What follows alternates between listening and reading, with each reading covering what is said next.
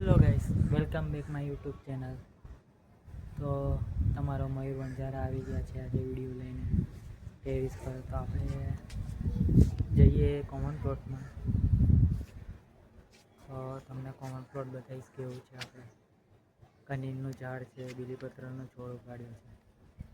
Okay, તો અમારા video સારા લાગતા હોય તો લાઈક, કમેન્ટ ને શેર કરતા રહેજો.